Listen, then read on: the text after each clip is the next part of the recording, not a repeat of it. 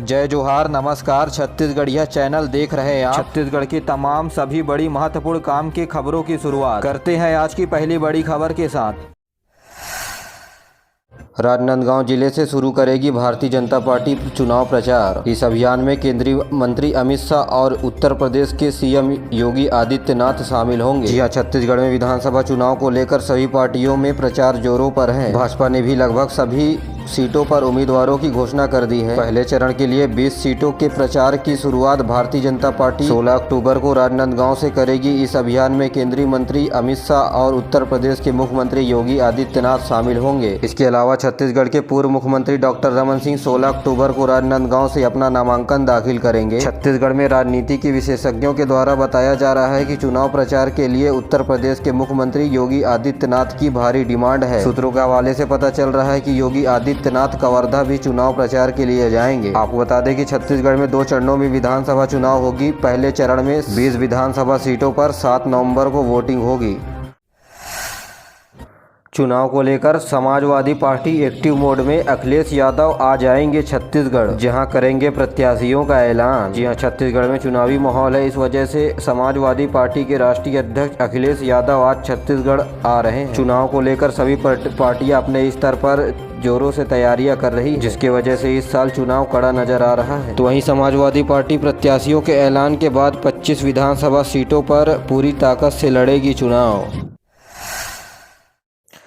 छत्तीसगढ़ में विधानसभा चुनाव को लेकर राज्य प्रशासन द्वारा राज्य के सभी सीमावर्ती क्षेत्रों में पुलिस फोर्स के जवानों के माध्यम से कड़ी निगरानी रखी जा रही है। कोंडागांव से सटे उड़ीसा बॉर्डर पर एक बस से करीब 30 लीटर शराब जब्त की गई है। वहीं अवैध शराब परिवहन मामले में बस को भी जब्त किया गया है। विधानसभा चुनाव के चलते राज्य के प्रशासन के द्वारा अंतर राज्यीय एवं अंतर जिला सीमावर्ती क्षेत्रों पर निगरानी की जा रही है। इधर दुर्ग जिले के भिलाई 3 थाना क्षेत्र के अंतर्गत पुलिस द्वारा 200 पेटी शराब जब्त की गई है। इस मामले में कुछ लोगों को हिरासत में लेकर पूछताछ की जा रही है। वहीं राजनांदगांव जिले में महाराष्ट्र से सटे इलाकों पर चेक पोस्ट बढ़ा दी गई है। कल्लू बंजारी के वन नाके में बड़ी मात्रा में साड़ी जब्त किए जाने के बाद प्रशासन द्वारा अन्य राज्यों से आने वाले प्रत्येक वाहन को चेकिंग किया जा रहा है। शक्ति के आराधना का पर्व शारदीय नवरात्रि आज से प्रारंभ हो रहा है। इस अवसर पर प्रदेश के विभिन्न देवी मंदिरों में 9 दिनों तक विशेष पूजा अर्चना की जाएगी। देवी मंदिरों और शक्ति पीठों में देवी मनोकामना ज्योति कलश की भी स्थापना की जाएगी। रायपुर समेत पूरे प्रदेश भर के मंदिरों में तो वहीं देवी के मंदिरों और शक्ति पीठों को भी सजाया जा रहा है। इसके अलावा स्थानीय लोग माँ दुर्गा के पंडाल बनाकर उन्हें स्थापित कर 9 दिनों तक पूजा करेंगे। शारदीय नवरात्रि के अवसर पर डोंगरगढ़ के माँ बमलेश्वरी देवी के दर्शन के लिए श्रद्धालुओं को सुगम रास्तों के साथ ही कई प्रकार की सुविधाओं को भी दिया जाएगा। प्रदेश के दंतेवाड़ा जिले के मां दंतेश्वरी, रतनपुर की मां महामाया, इसके अलावा रायगढ़ जिले में मां चंद्रहासिनी, वहीं रायगढ़ की बूढ़ी माई समेत धमतरी के विंध्यवासिनी मंदिर में नवरात्रि की तैयारियों को पूरा कर लिया गया है।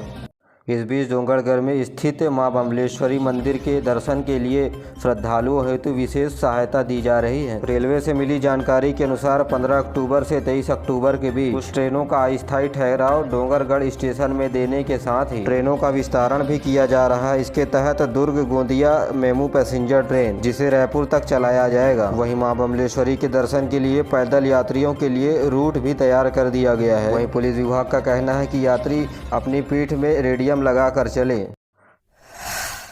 चुनाव के समय छत्तीसगढ़ कोटवार संघ ने हड़ताल शुरू कर दिया है। कोटवार एसोसिएशन ऑफ छत्तीसगढ़ ने चुनावी ड्यूटी बहिष्कार का ऐलान करते हुए 5 सूत्री मांगों को लेकर मुख्य निर्वाचन पदाधिकारी को ज्ञापन सौंपा है। कोटवार एसोसिएशन ऑफ छत्तीसगढ़ के प्रांत अध्यक्ष प्रेम किशोर ने बताया कि 5 सूत्री मांगों को लेकर ज्ञापन सौंपा है। एक और जहां प्रदेश में मानदेय का भुगतान रुका हुआ है, तो वहीं दूसरी ओर सभी कोटवारों का अन्य कर्मचारियों की भांति बीमा नहीं कराया गया। तो वहीं कर्मचारियों की तीसरी मांग है कि महंगाई भत्ता दिया जाना चाहिए। इसके अलावा बेगारी काम न करवाते हुए चुनाव के दौरान पुलिस सुरक्षा दी जाए। तो वहीं कोटवार संघ इन मांगों के पूरे होने पर ही निर्वाचन स्थल में जाने का ठाना है।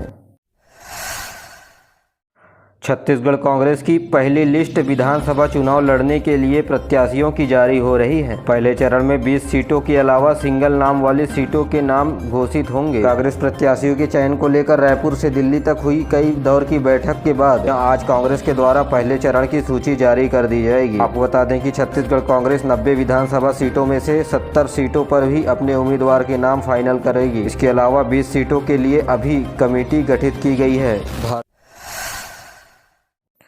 आम आदमी पार्टी के प्रदेश सचिव उत्तम जायसवाल ने मुख्य निर्वाचन अधिकारियों को पत्र लिखकर भारत निर्वाचन आयोग से छत्तीसगढ़ में दूसरे चरण में होने वाले 17 नवंबर को मतदान को बदलने की मांग की है। वहीं आम आदमी पार्टी का कहना है कि छत्तीसगढ़ में दीपावली के बाद अगले 6 दिनों में छठ पूजा बड़े पैमाने पर मनाया जाता है, जिसके चलते 17 नवंबर को होने वाले मतदान में प्रभाव पड़ सकता है।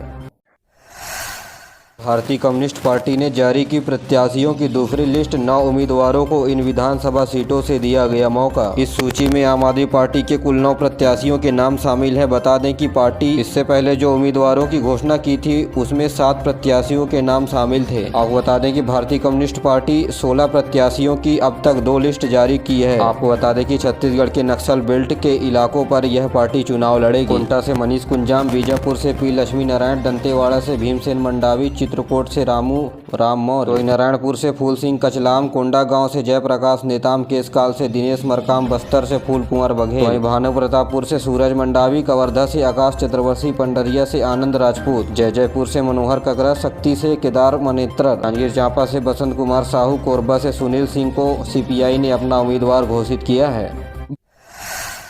प्रत्याशी को बिना अनुमति सभा कराने पर रिटर्निंग ऑफिसर ने थमाया नोटिस। कवर्धा विधानसभा क्षेत्र के प्रत्याशी विजय शर्मा ने बिना अनुमति के सभा कराने तक भाजपा प्रत्याशी पर 2 समुदाय के बीच सामाजिक सौंदर्य बिगाड़ने का आरोप। आचार संहिता के उल्लंघन पर विधायक अरुण बोरा को नोटिस जारी किया गया है। भरी सभा में स्कूली छात्रों से कर रहे थे बात। विधायक अरुण बोरा पर स्कूल में बच्चों को उनके माता पिता से वोट कराने की अपील करने का आरोप है। भारतीय जनता पार्टी के नेता का घर बना जुए का अड्डा। पुलिस ने 24 जुआड़ियों को किया गिरफ्तार। 10 लाख से ज्यादा नगद हुए जब्त। पुलिस ने इन आरोपियों से 10,87,062 रुपए नगद तो वहीं कार और बाइक समेत 26 मोबाइल जब्त किए गए हैं। आरोपियों के खिलाफ जुआ एक्ट के तहत मामला दर्ज है।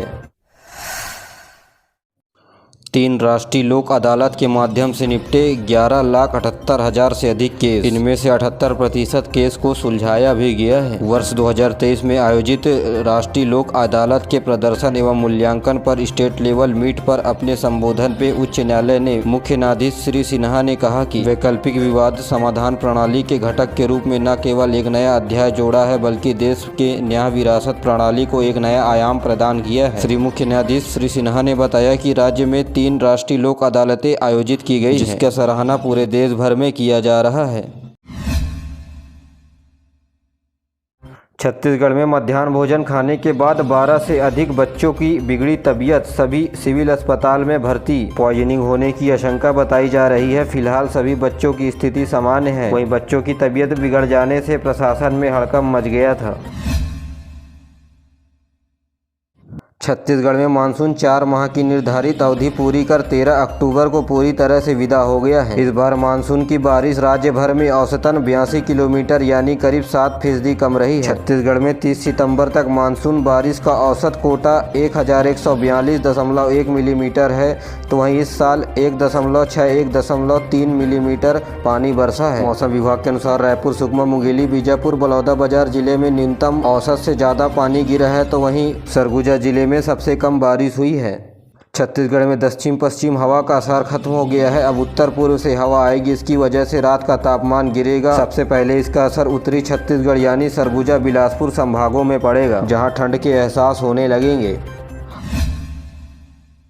आचार संहिता लागू होने के बाद अब किसी भी दल के नेता मंत्री अब रेस्ट हाउस का उपयोग किसी राजनीतिक मुद्दों को लेकर नहीं कर पाएंगे। रायपुर कलेक्टर सर्वेश्वर भूरे ने इसके लिए आदेश जारी किए हैं। गेस्ट हाउस में किसी भी प्रकार का राजनीतिक चिन्ह, गाड़ी या प्रचार सामग्री नहीं लाना होगा। साथ ही कैश रखने के लिए नियम भी लागू कर दिया गया है। वहीं जिला प्रशासन के अधिकारियों ने बताया कि राजनीतिक पार्टी से जुड़े नेता मंत्री आते हैं तो गेस्ट हाउस किसी भी प्रकार के पार्टी की गतिविधियों से नहीं जुड़ेगी।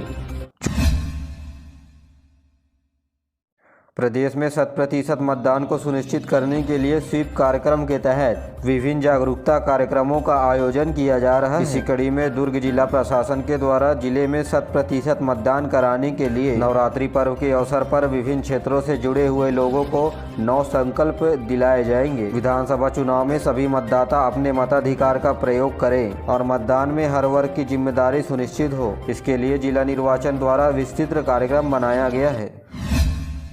परीक्षा मंडल ने भर्ती परीक्षा की स्थगित। जी हां, आदर्श आचार संहिता लागू होने के कारण छत्तीसगढ़ व्यावसायिक परीक्षा मंडल ने 15 अक्टूबर को होने वाली भर्ती परीक्षा को स्थगित कर दी है, जिसमें सहायक प्रबंधक फील्ड ऑफिसर कार्यालय, सहायक सामान्य सहायक समिति, नवीन संवर्गीय कनिष्ठ प्रबंधक संवर्ग, स्ट्रेटेजी विशेषज्ञ, इसके अलावा मुख्य लेखापाल, उप प्रबंधक, सहायक प्रबंधक भर्ती परीक्षा होनी थी। इस परीक्षा को आयोजित कराने के लिए निर्वाचन आयोग से पुनः अनुमति मांगने के बाद अनुमति मिलने के बाद परीक्षा की तिथि पुनः घोषित की जाएगी। यह भर्ती परीक्षा आगामी आदेश तक स्थगित कर दी गई है। भूपेश बघेल का बड़ा बयान सामने आया। 15 अक्टूबर को आएगी कांग्रेस की पहली सूची। मुख्यमंत्री भूपेश बघेल दिल्ली रवाना होने से पहले कांग्रेस की वर्किंग कमेटी की बैठक के लिए रवाना होने पहले ही बताया गया कि विधानसभा चुनाव के लिए कांग्रेस प्रत्याशियों की पहली सूची 15 अक्टूबर को आएगी। के तहत जिनके खाते में पैसे नहीं है वे भी अब 10,000 रुपए तक की राशि निकाल सकते हैं। जी हाँ, गरीबों के हित में कई बड़ी योजनाएं चल रही हैं। इसी कड़ी में प्रधानमंत्री जनधन योजना